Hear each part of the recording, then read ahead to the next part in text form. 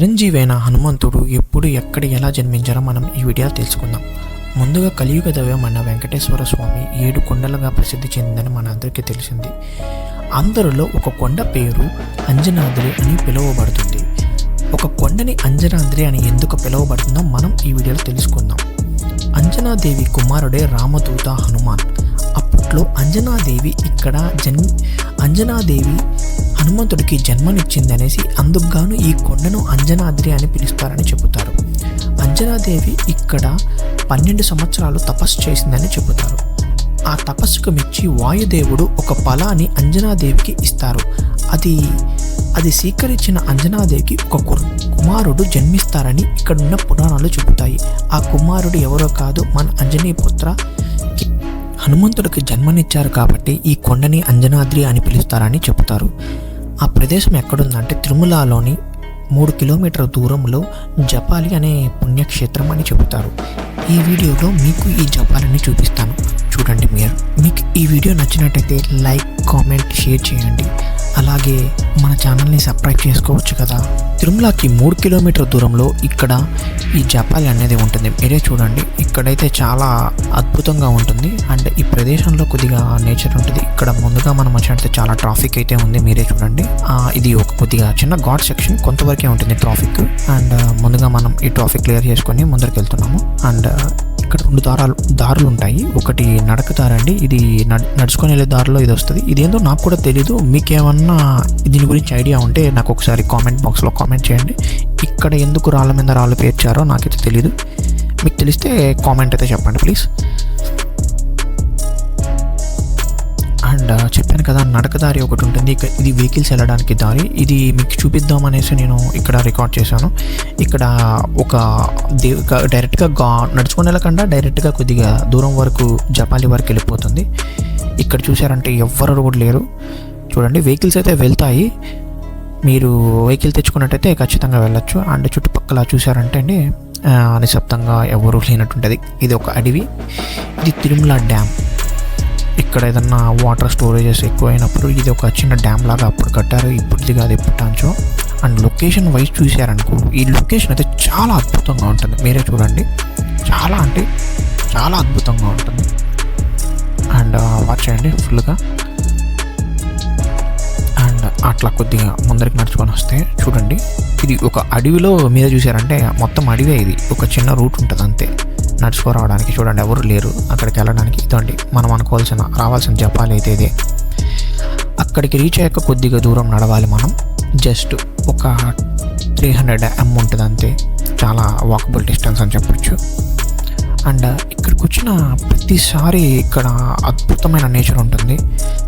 And mostly ఒకటైతే చెప్పొచ్చు అండి, ప్రశాంతత అయితే ఇక్కడ చాలా బాగా అయితే దొరుకుతుంది. మనం ఎటువంటి ఇబ్బంది పడాల్సిన అవసరం లేదు. చాలా ప్రశాంతంగా ఉంటుంది. ఒక వెహికల్ సౌండ్ కూడా వినపడదు, ఎందుకంటే ఇది దట్టమైన అడవిలో ఉంటుంది కాబట్టి ఇబ్బంది ఏం లేదు. ఇక్కడ చూడండి, లొకేషన్ వైజ్ చూసినట్టయితే ఇది చాలా అద్భుతంగా ఉంటుంది. ఈ వీడియో అయితే చూసాను చూడండి, కరెక్ట్గా ఎగ్జాక్ట్గా హనుమంతుడికి రూపంలో ఇక్కడ మనకి ఒక వారణం అయితే కూర్చోనింది. చూడండి, యాస్టీజ్గా దేవుడికి ప్రతిరూపంలాగే ఉంటుంది. చూడండి, ఇక్కడ ఇలాంటి టైప్ అయిన కోతులు అయితే చాలా అరుదుగా కనిపిస్తాయి మనకి. ఇవైతే చాలా రేర్గా ఉంటాయి, మీరు ఎక్కడ చూసి ఉంటారు. అండ్ చూడండి, కొద్దిగా ఇట్లాంటి కోతుల్ని మీరు ఎక్కడ బయట అయితే చూసి ఉంటారు. ఇది ఒక సపరేట్ బ్రీడ్, నాకు కూడా తెలియదు. ఇక్కడ మోస్ట్లీ నేను జపాలిలోనే చూశాను. ఇది జపాలి తిరుమల కొండకు వచ్చేటప్పుడు శేషాచలం అడవుల్లోనే ఇవి దొరుకుతాయి.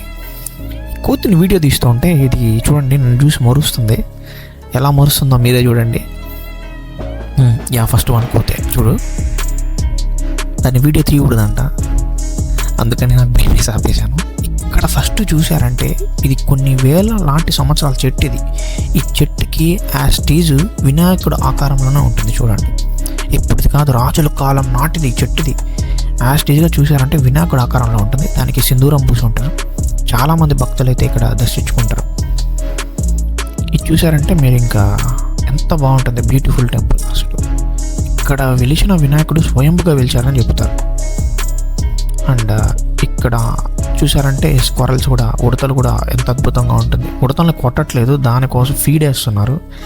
దానికి వేసే క్రమంలో దానికి తగులుతుంది. వీళ్ళు భక్తులు చెప్తుంటే కూడా వేయలేదు. కొంచెం తర్వాత చెప్పాను, వాళ్ళు ఆపేశారు. చూడండి, అట్లా వేయొద్దండి, కావాలంటే మీరు చేతికి ఇచ్చి పెట్టండి, అట్లా వేస్తే అవి తగులుతుంది దాన్ని దెబ్బని చెప్పాను. చూడండి ఎంత బాగా తినేస్తాయి అవి. అండ్ ఇక్కడే అండి ఆంజనేయ స్వామి వెలిసింది అని చెప్తారు.